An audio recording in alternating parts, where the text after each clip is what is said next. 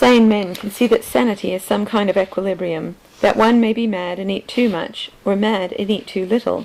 Some moderns have indeed appeared with vague versions of progress and evolution which seeks to destroy the balance of Aristotle. They seem to suggest that we are meant to starve progressively, or to go on eating larger and larger breakfasts every morning forever. But the great truism of the balance remains for all thinking men, and these people have not upset any balance except their own. But granted that we all have to keep a balance, the real interest comes in with the question of how that balance can be kept. That was the problem which paganism tried to solve. That was the problem which I think Christianity solved in a very strange way. Paganism declared that virtue was in a balance. Christianity declared that it was in a conflict, the collision of two passions apparently opposite. Of course, they were not really inconsistent, but they were such that it was hard to hold simultaneously. Let us follow for a moment the clue of the martyr and the suicide, and take the case of courage. No quality has ever so much addled the brains and tangled the definitions of merely rational sages. Courage is almost a contradiction in terms. It means a strong desire to live taking the form of readiness to die. He that will lose his life, the same shall save it, is not a piece of mysticism for saints and heroes. It is a piece of everyday advice for sailors or mountaineers. It might be printed in an alpine guide or a drill book. This paradox is the whole principle of courage, even of quite earthly or quite brutal courage. A man cut off by the sea may save his life if he will risk it on the precipice. He can only get away from death by continually stepping within an inch of it. A soldier surrounded by enemies, if he is to cut his way out, needs to combine a strong desire for living with a strange carelessness about dying. He must not merely cling to life, for then he will be a coward and will not escape. He must not merely wait for death, for then he will be a suicide and will not escape. He must seek his life in a spirit of furious indifference to it.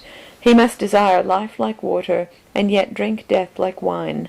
No philosopher, I fancy, has ever expressed this romantic riddle with adequate lucidity, and I certainly have not done so. But Christianity has done more. It has marked the limits of it in the awful graves of the suicide and the hero, showing the distance between him who dies for the sake of living and him who dies for the sake of dying. And it has held up ever since above the European lances the banner of the mystery of chivalry, the Christian courage, which is a disdain of death, not the Chinese courage, which is a disdain of life. And now I began to find that this duplex passion was the Christian key to ethics everywhere.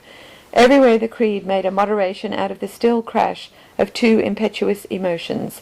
Take, for instance, the matter of modesty, of the balance between mere pride and mere prostration.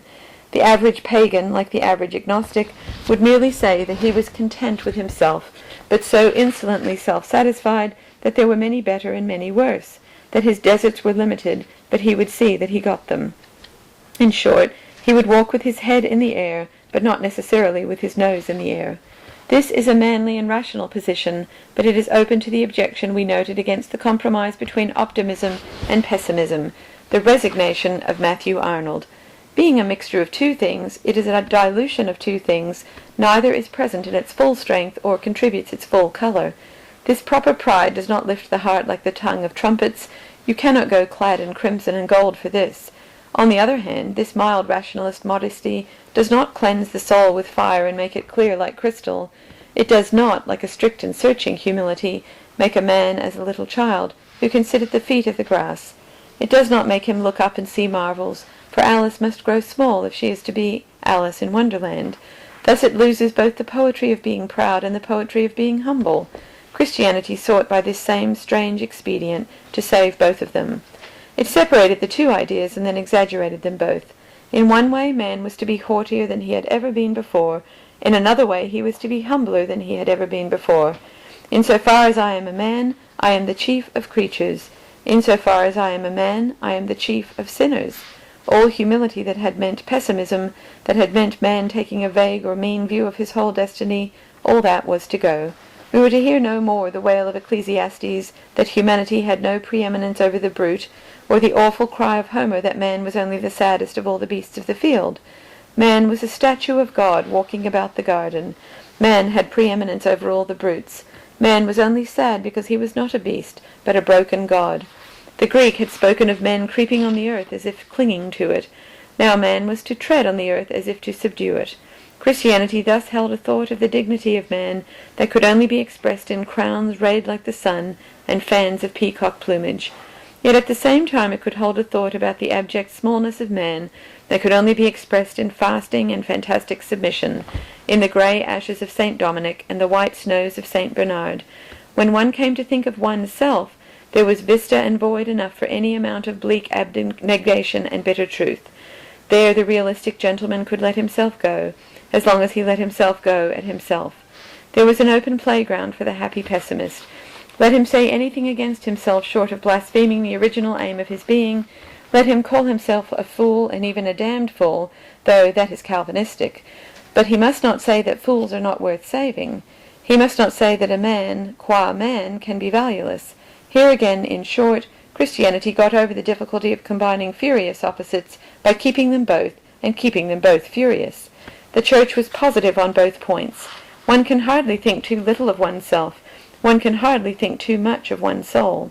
Take another case, the complicated question of charity, which some highly uncharitable idealists seem to think quite easy. Charity is a paradox, like modesty and courage. Stated boldly, charity certainly means one of two things: pardoning unpardonable acts, or loving unlovable people. But if we ask ourselves, as we did in the case of pride, what a sensible pagan would feel about such a subject, we shall probably be beginning at the bottom of it. A sensible pagan would say that there were some people one could forgive, and some one couldn't. A slave who stole wine could be laughed at. A slave who betrayed his benefactor could be killed, and cursed even after he was killed. Insofar as the act was pardonable, the man was pardonable. That again is rational and even refreshing, but it is a dilution. It leaves no place for a pure horror of injustice, such as that which is a great beauty in the innocent. And it leaves no place for a mere tenderness for men as men, such as is the whole fascination of the charitable. Christianity came in here as before. It came in startlingly with a sword, and clove one thing from another. It divided the crime from the criminal. The criminal we must forgive unto 70 times 7. The crime we must not forgive at all. It was not enough that slaves who stole wine inspired partly anger and partly kindness. We must be much more angry with theft than before, and yet much kinder to thieves than before. There was room for wrath and love to run wild. And the more I considered Christianity, the more I found that while it had established a rule and order, the chief aim of that order was to give room for good things to run wild. Mental and emotional liberty are not so simple as they look. Really, they require almost as careful a balance of laws and conditions as do social and political liberty. The ordinary aesthetic anarchist who sets out to feel everything freely gets knotted at last in a paradox that prevents him feeling at all. He breaks away from home limits to follow poetry, but in ceasing to feel home limits he has ceased to feel the Odyssey. He is free from national prejudices and outside patriotism, but being outside patriotism, he is outside Henry V.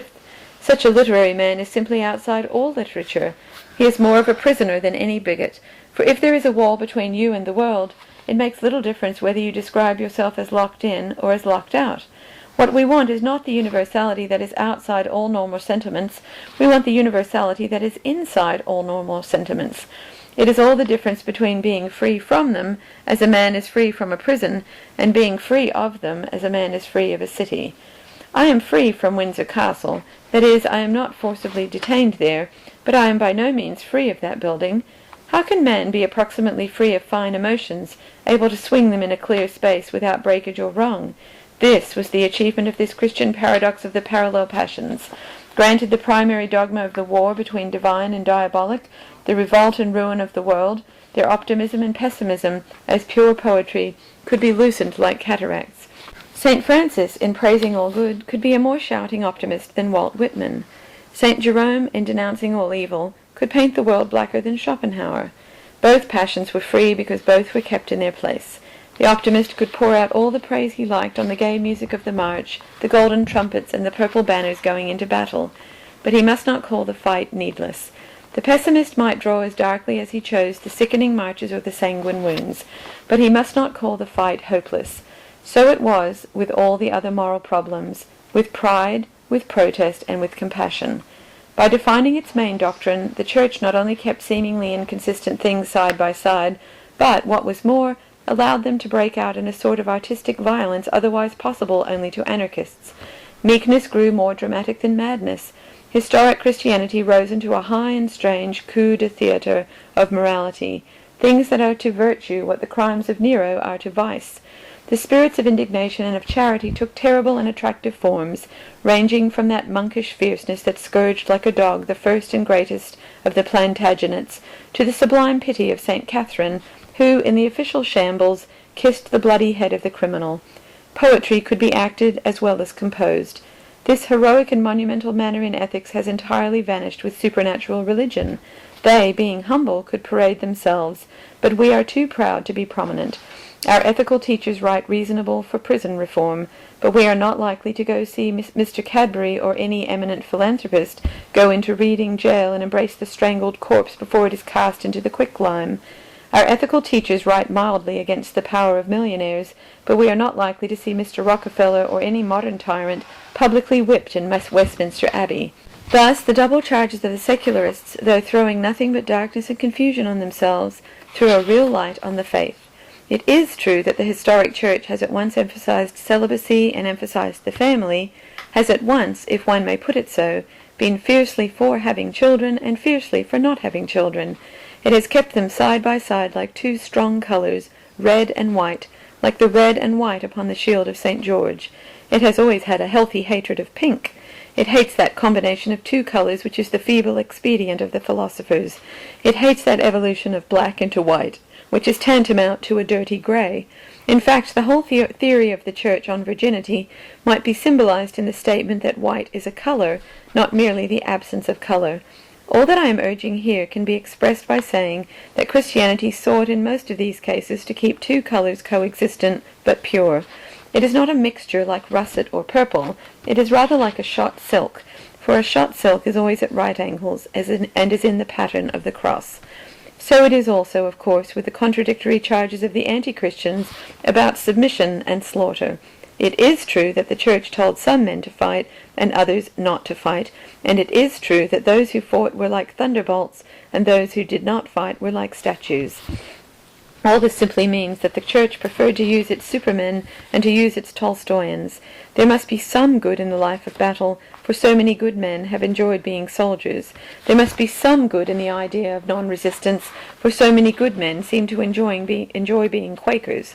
All that the Church did, so far as that goes, was to prevent either of these good things from ousting the other. They existed side by side. The Tolstoyans, having all the scruples of monks, simply became monks.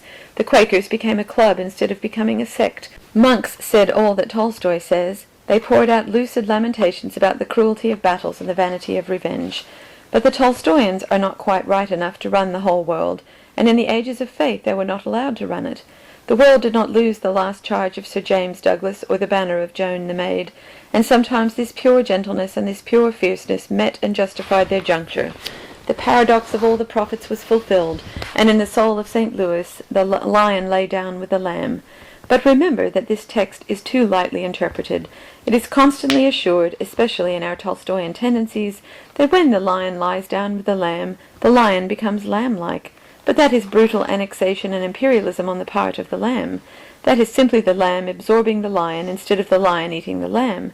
The real problem is, can the lion lie down with the lamb and still retain his royal ferocity? That is the problem the Church attempted. That is the miracle she achieved. This is what I have called guessing the hidden eccentricities of life. This is knowing that a man's heart is to the left and not in the middle. This is knowing not only that the earth is round, but knowing exactly where it is flat. Christian doctrine detected the oddities of life. It not only discovered the law, but it foresaw the exceptions. Those underrate Christianity who say that it discovered mercy. Anyone might discover mercy. In fact, everyone did. But to discover a plan for being merciful and also severe, that was to anticipate a strange need of human nature. For no one wants to be forgiven for a big sin as if it were a little one. Anyone might say that we should be neither quite miserable nor quite happy, but to find out how far one may be quite miserable without making it impossible to be quite happy, that was a discovery in psychology. Anyone might say, neither swagger nor grovel, and it would have been a limit. But to say, here you can swagger and there you can grovel, that was an emancipation. This was the big fact about Christian ethics, the discovery of the new balance. Paganism had been like a pillar of marble. upright because proportioned with symmetry. Christianity was like a huge and ragged and romantic rock, which, though it sways on its pedestal at a touch, yet, because its exaggerated excrescences exactly balance each other, is enthroned there for 1,000 years. In a Gothic cathedral the columns were all different, but they were all necessary. Every support seemed an accidental and fantastical support. Every buttress was a flying buttress. So in Christendom apparent accidents balanced. Becket wore a hair shirt under his gold and crimson, and there is much to be said for the combination, for Becket got the benefit of the hair shirt, while the people in the street got the benefit of the crimson and gold. It is at least better than the manner of the modern millionaire, who has the black and the drab outwardly for others, and the gold next to his heart. But the balance was not always in one man's body as in Becket's. The balance was often distributed over the whole body of Christendom. Because a man prayed and fasted on the northern snows, flowers could be flung at his festival in the southern cities, and because fanatics drank water on the sands of Syria, men could still drink cider in the orchards of England. This is what makes Christendom at once so much more perplexing and so much more interesting than the pagan empire, just as Amiens Cathedral is not better but more interesting than the Parthenon. If anyone wants a modern proof of all this, let him consider the curious fact that, under Christianity, Europe, while remaining a unity, has broken up into individual nations. Patriotism is a perfect example of this deliberate balancing of one emphasis against another emphasis. The instinct of the pagan empire would have said, "You shall all be Roman citizens and grow alike. Let the German grow less slow and reverent, the Frenchman less experimental and swift." But the instinct of Christian Europe says, "Let the German remain slow and reverent, that the Frenchman may the more safely be swift and experimental. We will make an equipoise out of these excesses. The absurdity called German shall correct the insanity called France." Last and most important, it is exactly this which explains what is so inexplicable to all the modern critics of the history of Christianity. I mean the monstrous wars about small points of theology, the earthquakes of emotion about a gesture or a word. It was only a matter of an inch, but an inch is everything when you are balancing. The Church could not afford to swerve a hair's breadth on some things if she was to continue her great and daring experiment of the irregular equilibrium. Once let one idea become less powerful and some other idea would become too powerful. It was no flock of sheep the Christian shepherd was leading, but a herd of bulls and tigers, of terrible ideals and devouring doctrines, each one of them strong enough to turn to a false religion and lay waste the world. Remember that the Church went in specifically for dangerous ideas. She was a lion tamer. The idea of birth through a Holy Spirit, of the death of a divine being, of the forgiveness of sins, or the fulfillment of prophecies, are ideas which, anyone can see, need but a touch to turn them into something blasphemous or ferocious. The smallest link was let drop by the artificers of the Mediterranean, and the lion of ancestral pessimism burst his chain in the forgotten forests of the north. Of these theological equalizations I have to speak afterwards. Here it is enough to notice that if some small mistake were made in doctrine, huge blunders might be made in human happiness. A sentence phrased wrong about the nature of symbolism would have broken all the best statues in Europe. A slip in the definitions might stop all the dances, might wither all the Christmas trees, or break all the Easter eggs. Doctrines had to be defined within strict limits, even in order that man might enjoy general human liberties. The Church had to be careful, if only that the world might be careless. This is the thrilling romance of orthodoxy. People have fallen into a foolish habit of speaking of orthodoxy as something heavy, humdrum, and safe. There never was anything so perilous or so exciting as orthodoxy. It was sanity, and to be sane is more dramatic than to be mad. It was the equilibrium of a man behind madly rushing horses, seeming to stoop this way and to sway that, yet in every attitude having the grace of statuary and the accuracy of arithmetic. The Church in its early days went fierce and fast with any war horse, yet it is utterly unhistoric to say that she merely went mad along one idea, like a vulgar fanaticism. She swerved to left and right, so exactly as to avoid enormous obstacles. She left on one hand the huge bulk of Arianism, buttressed by all the worldly powers to make Christianity too worldly. The next instant she was swerving to avoid an Orientalism which would have made it too unworldly. The Orthodox Church never took the tame course or accepted the conventions. The Orthodox Church was never respectable. It would have been easier to have accepted the earthly power of the Arians. It would have been easy in the Calvinistic 17th century to fall into the bottomless pit of predestination. It is easy to be a madman. It is easy to be a heretic. It is always easy to let the age have its head. The difficult thing is to keep one's own. It is always easy to be a modernist, as it is easy to be a snob. To have fallen into any of these open traps of error and exaggeration which fashion after fashion and sect after sect set along the historic path of Christendom, that would indeed have been simple. It is always simple to fall. There are an infinity of angles at which one falls, only one at which one stands. To have fallen into any one of the fads from Gnosticism to Christian Science would indeed have been obvious and tame. But to have avoided them all has been one whirling adventure, and in my vision the heavenly chariot flies thundering through the ages, the dull heresies sprawling and prostrate, the wild truth reeling but erect.